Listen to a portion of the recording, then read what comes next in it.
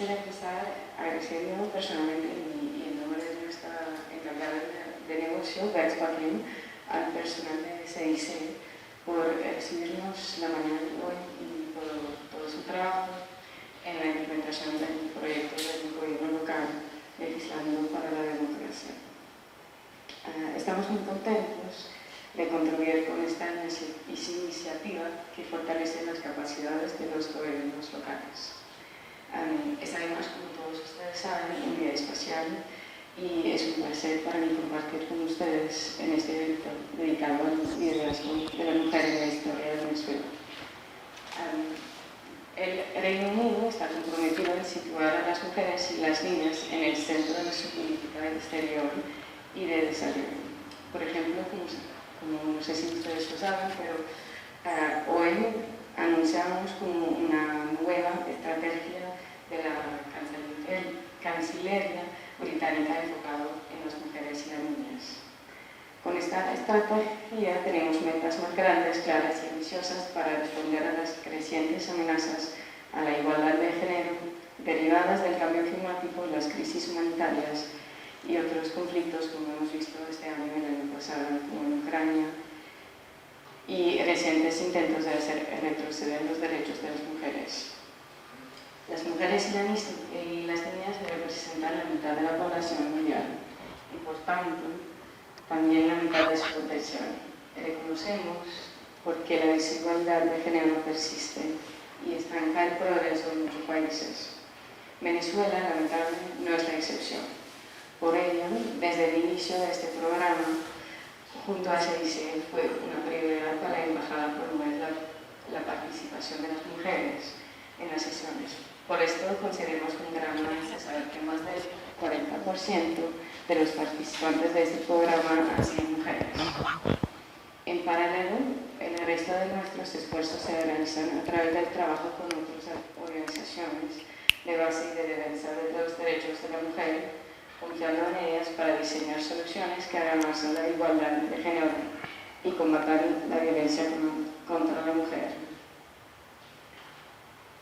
El Reino Unido seguirá defendiendo la igualdad de género porque es la única manera de crear un mundo más justo, seguro y próspero en el que respeten los derechos humanos y especialmente los derechos de las mujeres.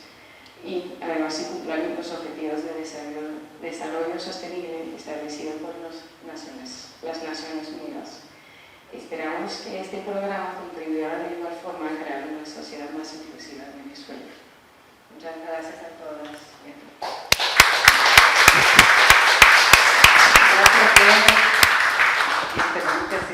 Muchísimas gracias. Ahora, brevemente, la coordinadora académica del programa Gobierno Local Legislando para la Democracia, Verónica Torres, nos va a decir un poquito algunas palabras.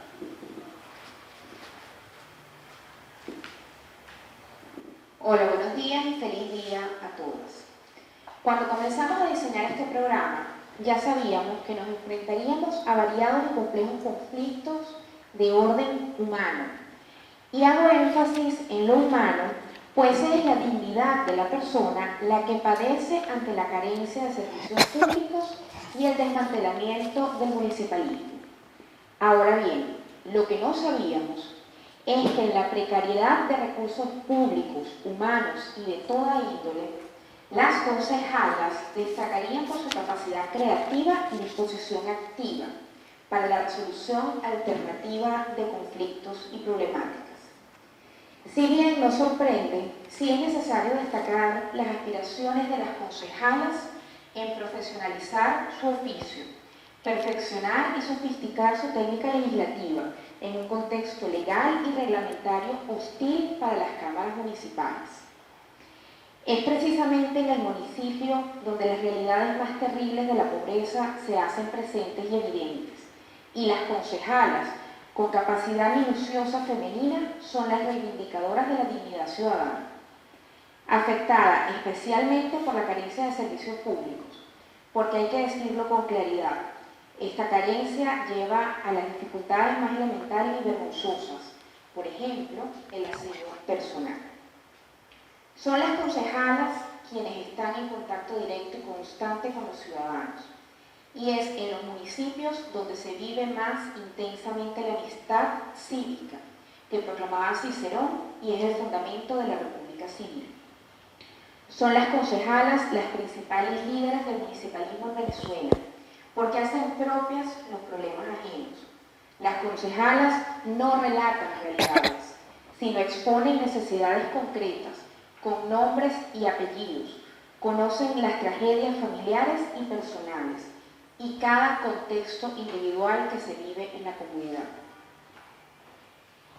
Las concejalas hablan con certeza de quienes conocen detalladamente las soluciones alternativas que pueden implementar ante la falta de capacidad de rebato de propietarios. Producto de este proyecto, se discuten en las cámaras municipales de los estados Miranda, Carabobo y Cojedes distintas ordenanzas, entre ellas el aprovechamiento del agua, aguas limpias, aseo público, tratamiento de desechos sólidos y quema de basura, incentivo al deporte, incentivo al emprendimiento, incentivo a la literatura, reglamento de cementerios municipales y vialidad interna, entre otros.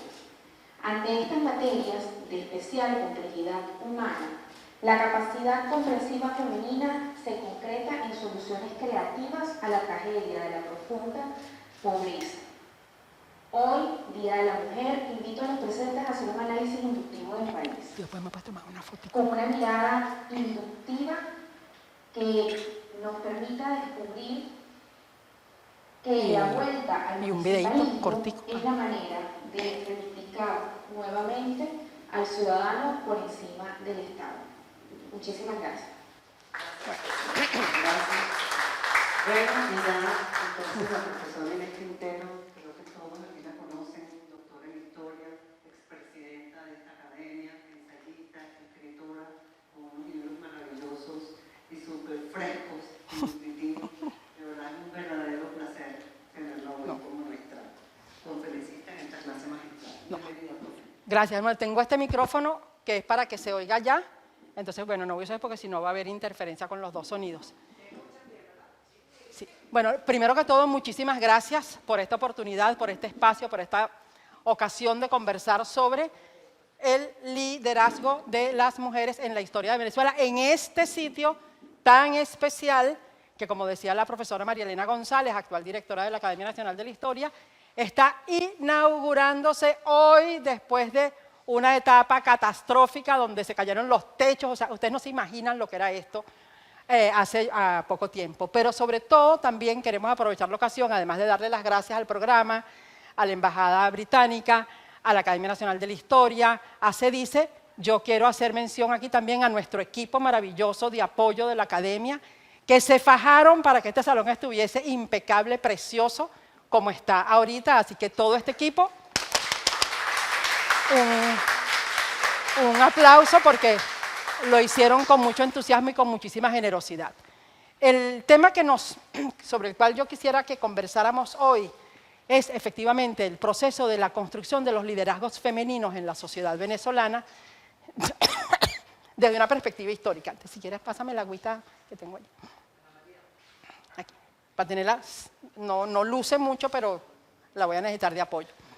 Sobre todo porque la primera cosa que habría que tener presente es que, como es ampliamente conocido y como seguramente ustedes han advertido a partir de sus procesos de formación y sus procesos de construcción de liderazgos que en cada uno de sus espacios, durante muchísimo tiempo no se sabía de la presencia de las mujeres. O sea, uno agarra un libro de historia y no había mujeres. O sea, como que si la historia y la sociedad estuviesen compuestas por un solo género, el masculino.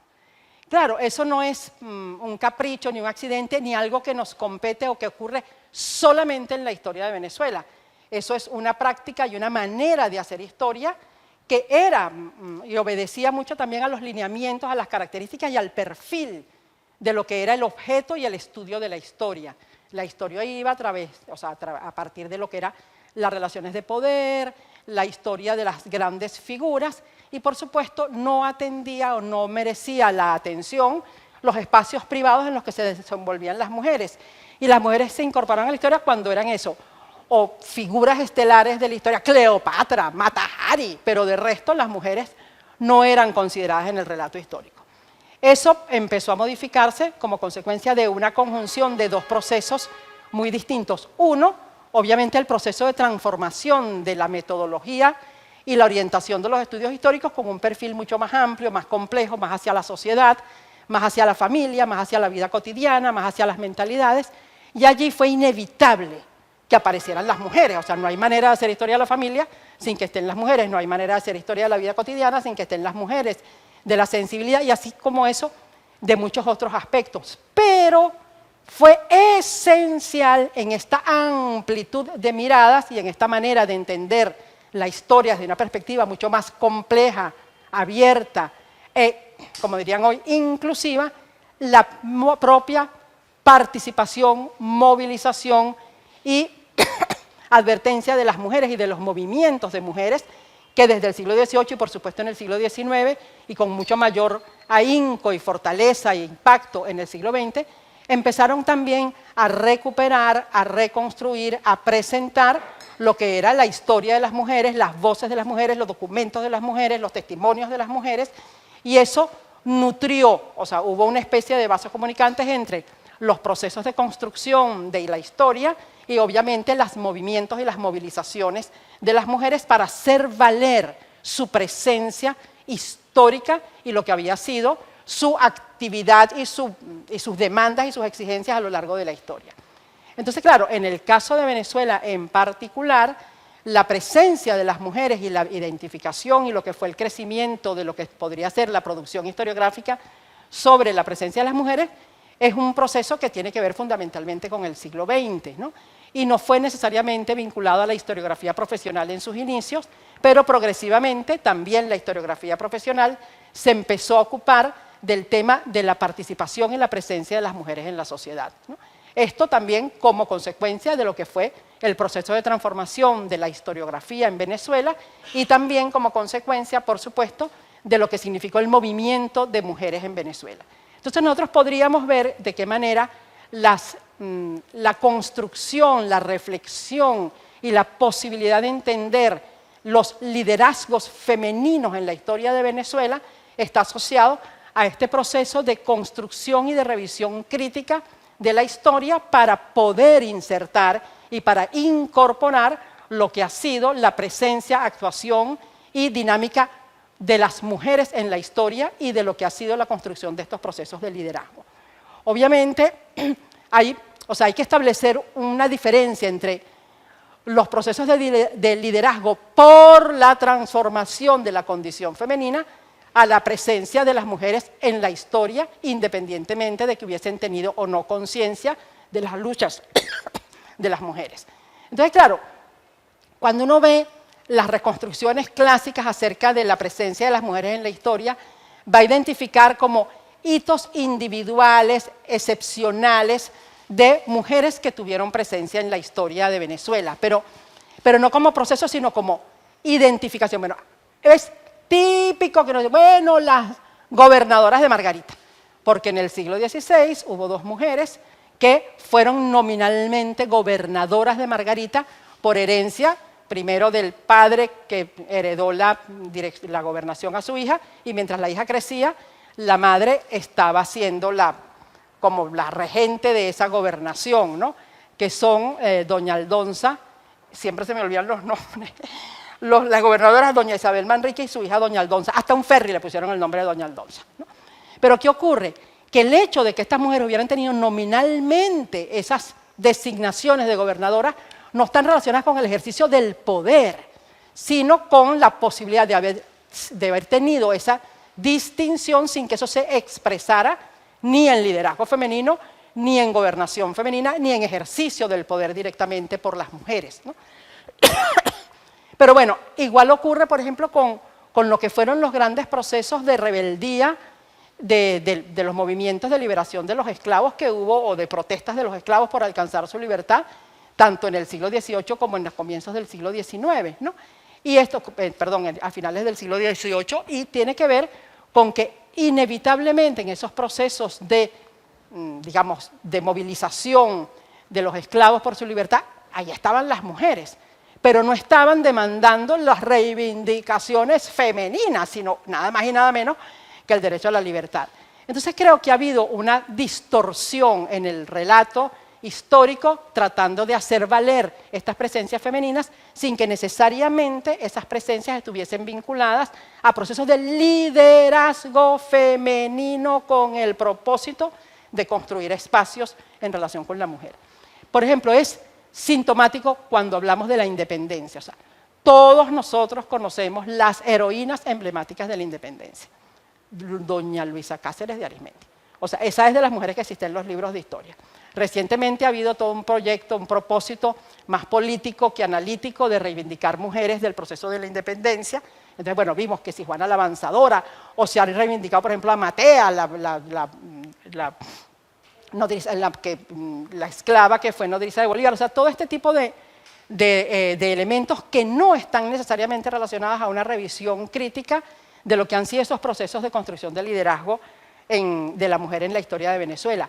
Sin duda, la independencia representa un estremecimiento importantísimo en la sociedad en Venezuela. Un estremecimiento que significó la presencia y la participación de las mujeres, no para reivindicar su lugar en la sociedad, sino fundamentalmente para incorporarse a las luchas por la independencia y también para defender el proyecto de la monarquía. Entonces, ¿verdad que lo que significa la presencia de las mujeres en la historia de Venezuela y en el contexto de las independencias fue crucial? También hay que decir que no era el propósito de la independencia ni de la construcción de la república modificar la condición femenina. O sea, no estaba entre los programas ni los lineamientos del proyecto de la independencia la liberación de la mujer ni la construcción de espacios de ciudadanía para la mujer. De manera que, porque además eso no estaba planteado como proyecto político de la Ilustración ni tampoco de los republicanos. Excepcionalmente hubo algunas figuras de la época, como por ejemplo Francisco de Miranda, que sí planteó la necesidad de los derechos de la mujer, pero no era un discurso ni una práctica que estuviese asociado a lo que fue el proyecto de independencia. No obstante, las mujeres se involucraron, se comprometieron, participaron en los más distintos espacios,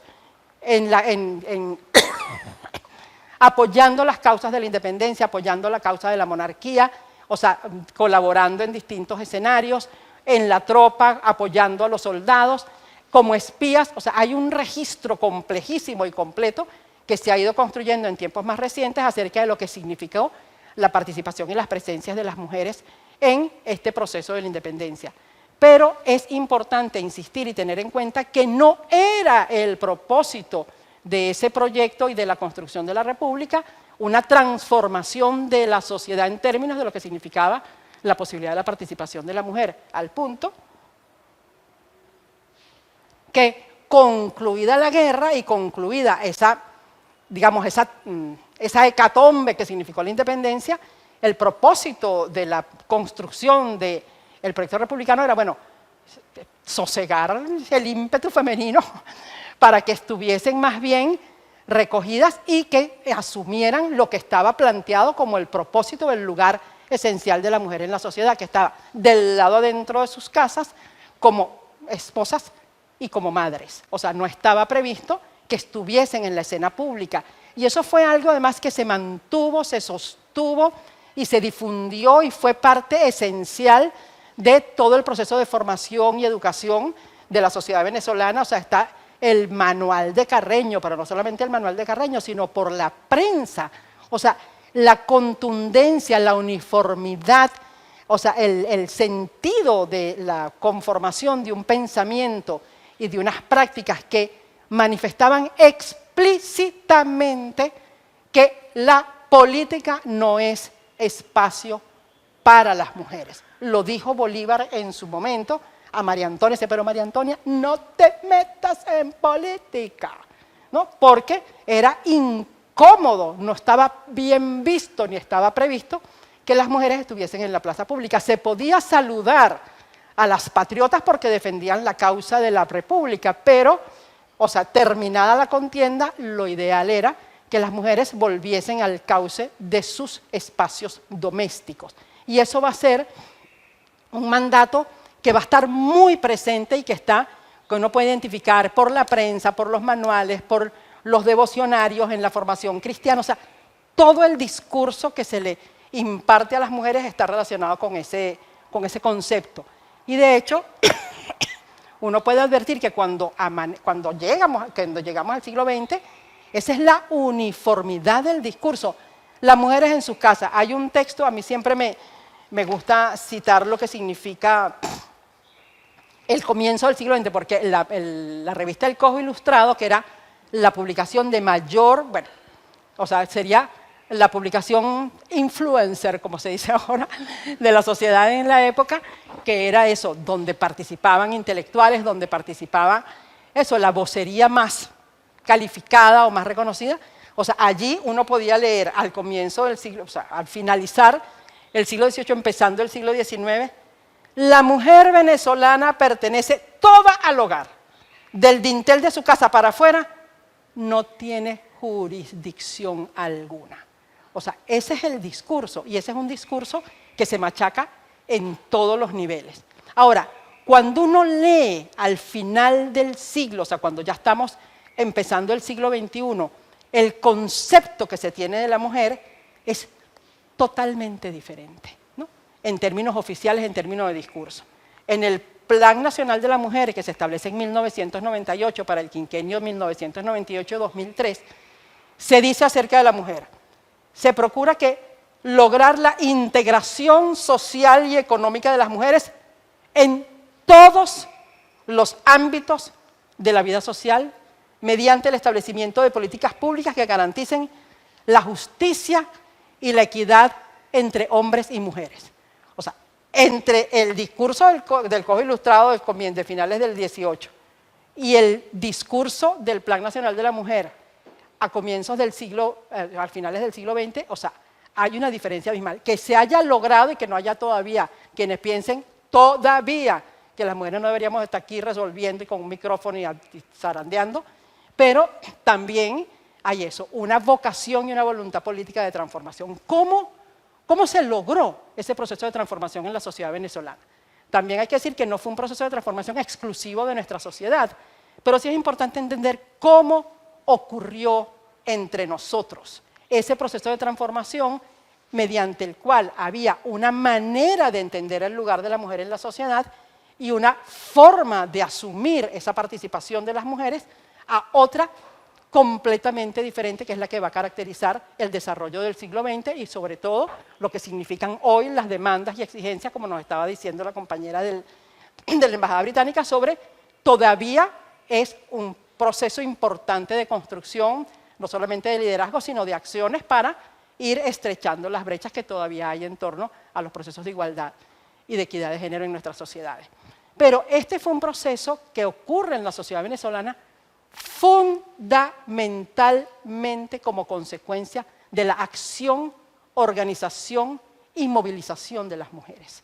O sea, no se podría entender este proceso de transformación en una lectura del proceso histórico venezolano al margen de la presencia y de la actuación de las mujeres.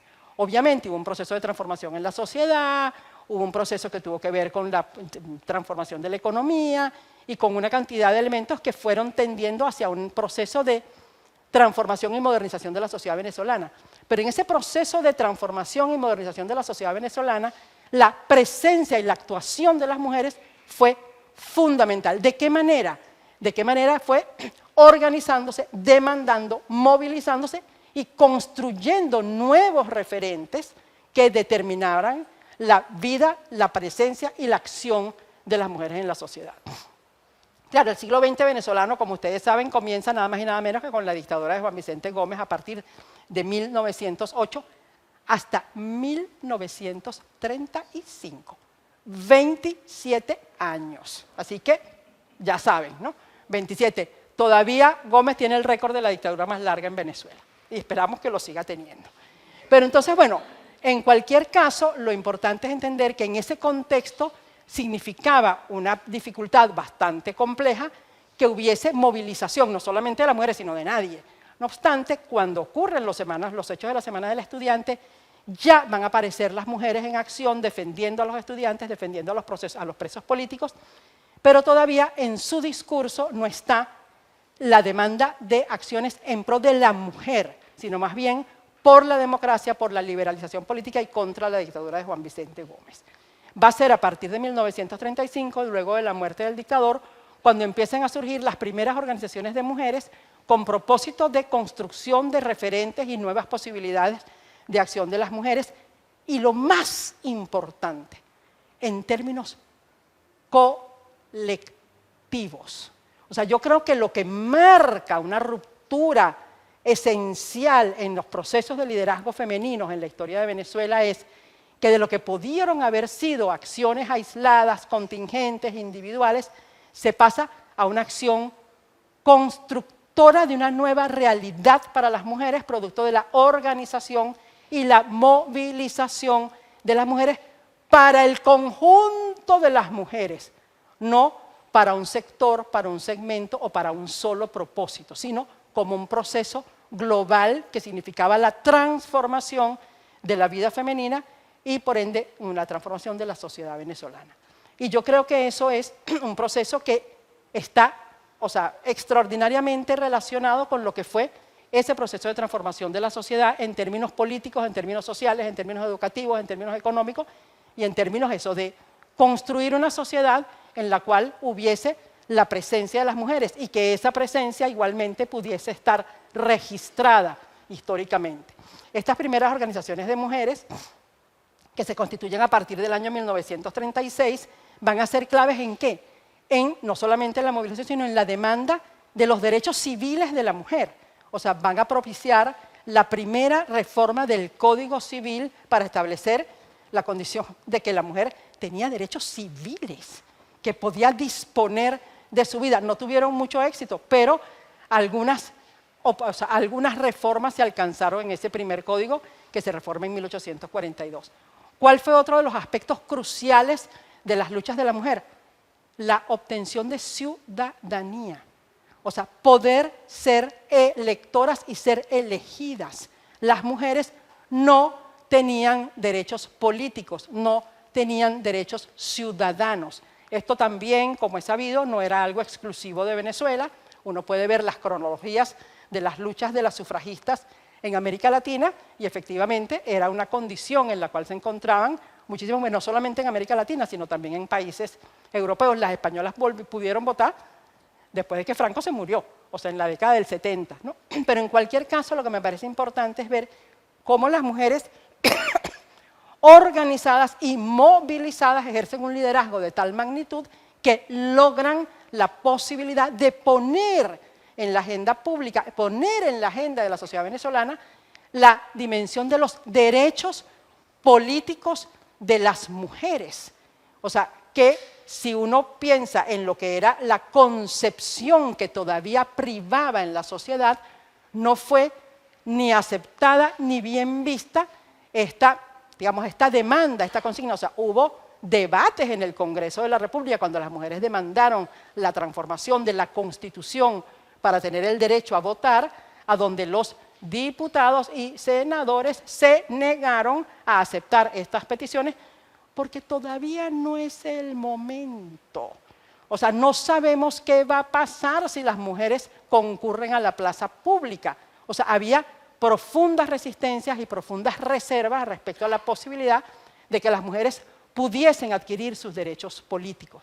Y de eso, en 1945, se va a reformar por primera vez la Constitución para incorporar a la mujer con el derecho al voto, pero solo las mujeres mayores de 21 años, solo las mujeres que supieran leer y escribir y solo para los consejos municipales. O sea que era una rendijita minúscula para acceder y aceptar la posibilidad del ejercicio político de la ciudadanía femenina, ¿no? Ahora, las mujeres insistieron, se organizaron, hicieron demandas. En esa época no había mensajito de texto, lograron reunir más de 11.000 firmas en Venezuela para exigir frente al Congreso esa transformación de lo que era la Constitución y los derechos políticos de las mujeres. Sabemos también que fue también en el año 1945, después de la revolución o del golpe de Estado del 18 de octubre, que se modificó el Estatuto Electoral venezolano y a partir de 1946 se reformó la ley electoral y se declaró el voto universal, directo y secreto, lo cual incorporaba automáticamente a las mujeres como electoras. Y en esa elección que se hizo en 1946, por primera vez las mujeres eligieron y fueron elegidas y participaron por primera vez de un cuerpo de representación política como fue la Asamblea Nacional Constituyente de 1947. Y allí hubo una participación destacada de las mujeres, están sus discursos, están sus presencias, están sus demandas, están sus acciones, que son un referente fundamental de lo que significa los liderazgos y la participación política de las mujeres en nuestra historia, ¿no? Posteriormente, y bueno, mientras empezaron a desarrollarse los partidos políticos a partir de 1936, las mujeres se insertaron también en la militancia y en la participación de los partidos, y cuando se abrió los espacios electorales, también participaron para ser elegidas como concejalas, como diputadas y como senadoras.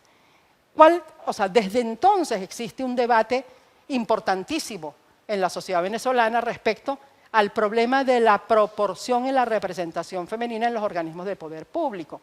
Sabemos también que hubo enormes debates y que todavía hay debates en las organizaciones políticas respecto a cómo resolver el tema de la participación y presencia de las mujeres en los partidos políticos. Una de las maneras en que se trató de resolver era con las secretarías femeninas. Enorme debate si las mujeres deben estar en una secretaría femenina o si deben estar en la dirección o si deben estar en las dos cosas.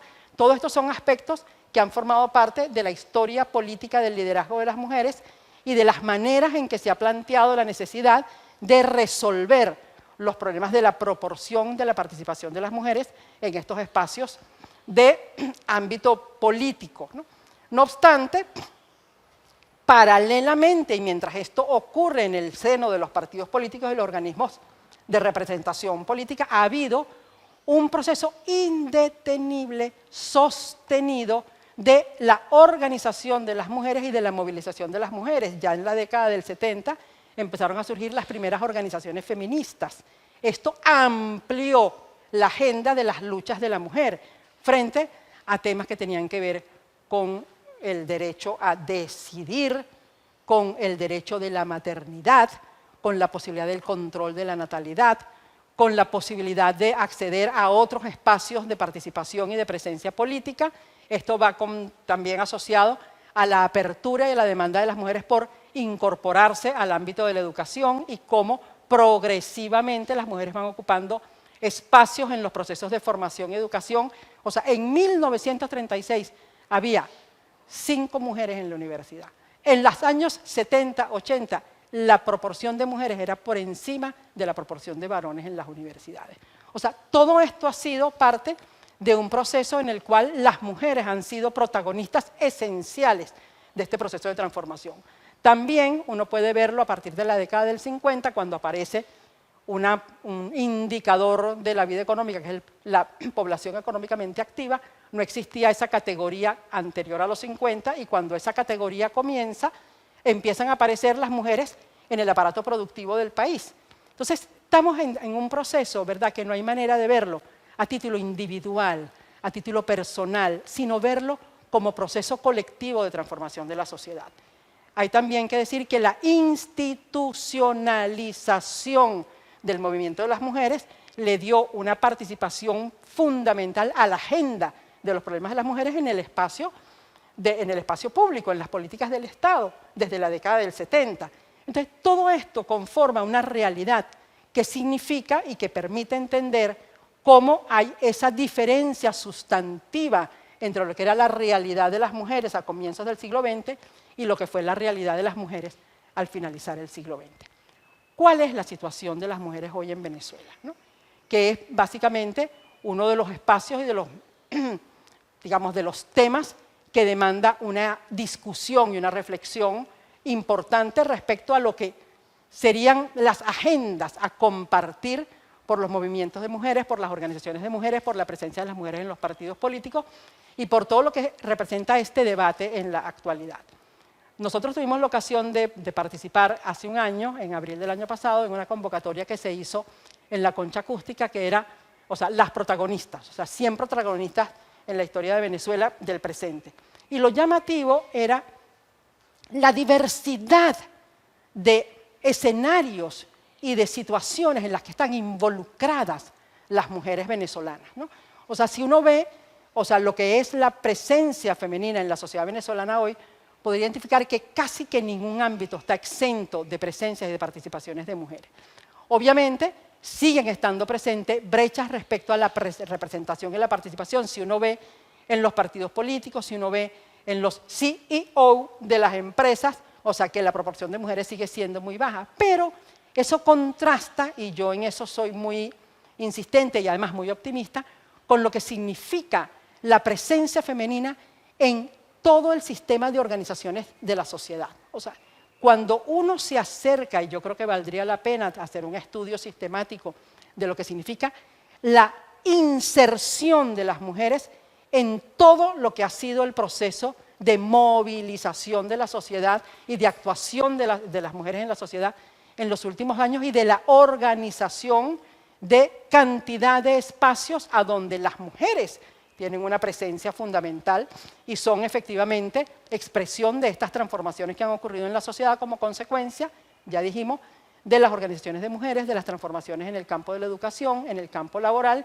y sobre todo de lo que ha sido esta ampliación de la agenda, de lo que significa las demandas de las mujeres, no solamente en Venezuela, sino en la sociedad en su conjunto. Ahorita hay un programa de las Naciones Unidas que plantea la necesidad de una agenda compartida del movimiento de mujeres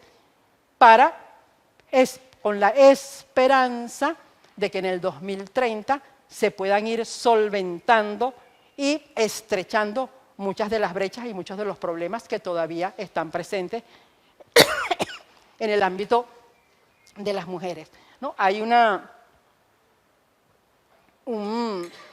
lista de metas y de propuestas que me parecen importantes tener presente porque yo creo que no son excluyentes y que forman parte de lo que sería, o sea, la búsqueda de una agenda común entre el movimiento de mujeres y como expectativa para la transformación de lo que significa ese proceso de inserción y de transformación de las sociedades, ¿no?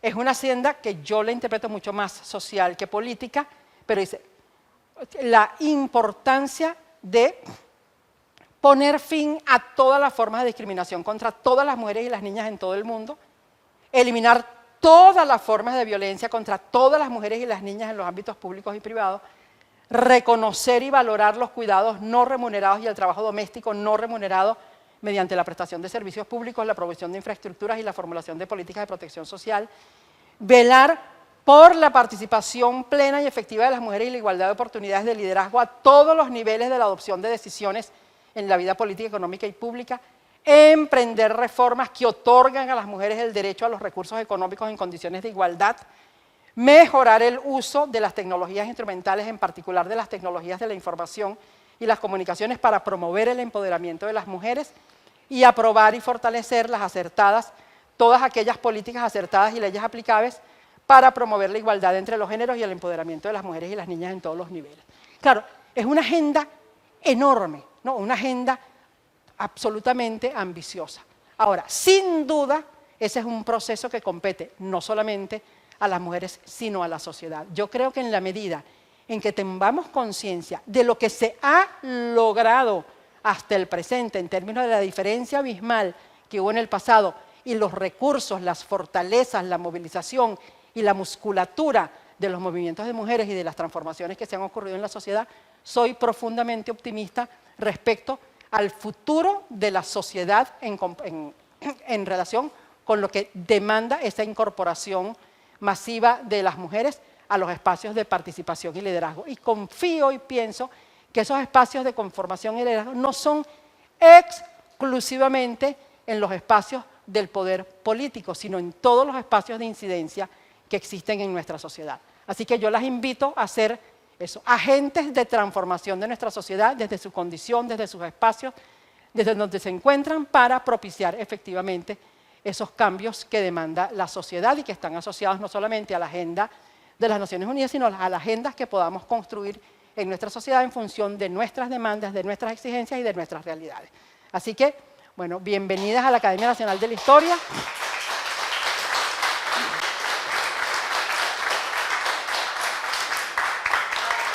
¿Ah?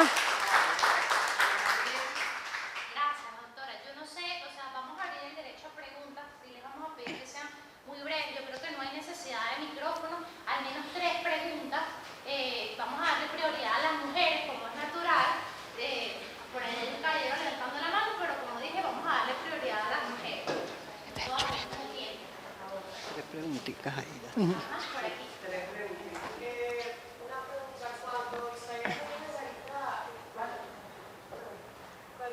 Preséntate, dinos quién. Ok. Cuando Isaías Margarita, digamos, puso las primeras elecciones democráticas, o sea, más, que abarcaran más a la sociedad venezolana, ¿se incluía el voto de la mujer? Claro, no, yo lo decía, o sea, cuando se hizo esa reforma, solo se planteó la posibilidad de que las mujeres eligieran, no de que fueran elegidas, que las mujeres eligieran, pero solo para las elecciones municipales, solo si tenían más de 21 años y solo si sabían leer y escribir. O sea que era un pedacito muy reducido de mujeres las que podían tener ese derecho político en ese momento del 45. Eso cambia a partir del 46. ¿Tú?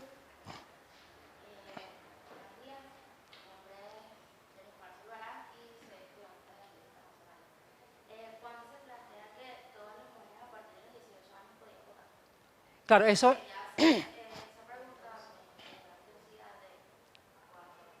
Claro, en el año 46, 1946, después de que ocurren los sucesos del 18 de octubre de 1945, se plantea un cambio radical en la estructura del sistema electoral y se declara el voto universal, directo y secreto sin exclusión de ningún tipo. Todos los venezolanos mayores de 18 años, independientemente de que fuesen hombres y mujeres, podían votar. Y desde ese momento hasta el presente ha sido así, o sea, no hay restricciones de género para el derecho al voto en Venezuela, ¿no?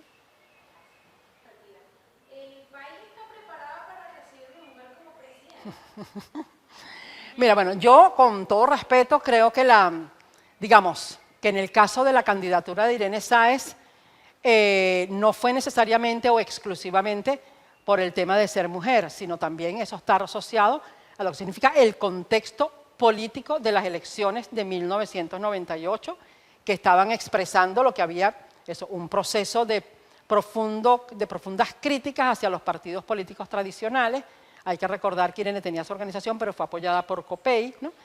De forma tal que yo creo que los liderazgos femeninos no están necesariamente o exclusivamente asociados a la condición femenina, sino al proyecto político que esas mujeres encarnen, ¿no? O sea, por ejemplo, si aquí viniese una mujer con unas posiciones, o sea, que son, o sea, que identifican o que conducen a un consenso en torno a un proyecto que responde a las necesidades del país, no creo que el problema sea que fuese mujer o que fuese hombre. No obstante, no tengo dudas respecto a que todavía hoy en el ámbito político, y lo sabemos muchas de ustedes que son militantes de partidos políticos, las tensiones y dificultades que hay en el seno de los partidos políticos respecto a las presencias y liderazgos femeninos. No obstante, estoy convencida de que este proceso, que es un proceso histórico, lento, irreversible y perdurable, implica también procesos de transformación a lo interno de nuestras familias, de nuestros espacios, de nuestros partidos, de nuestras organizaciones. O sea, es un proceso multiplicador que también eso forma parte de este proceso de transformación que ocurre en la sociedad, que no es relancino ni automático y sobre el cual debemos estar también atentas y alertas para poder incidir y transformar cada uno de estos espacios, ¿no? Bueno, muchas gracias.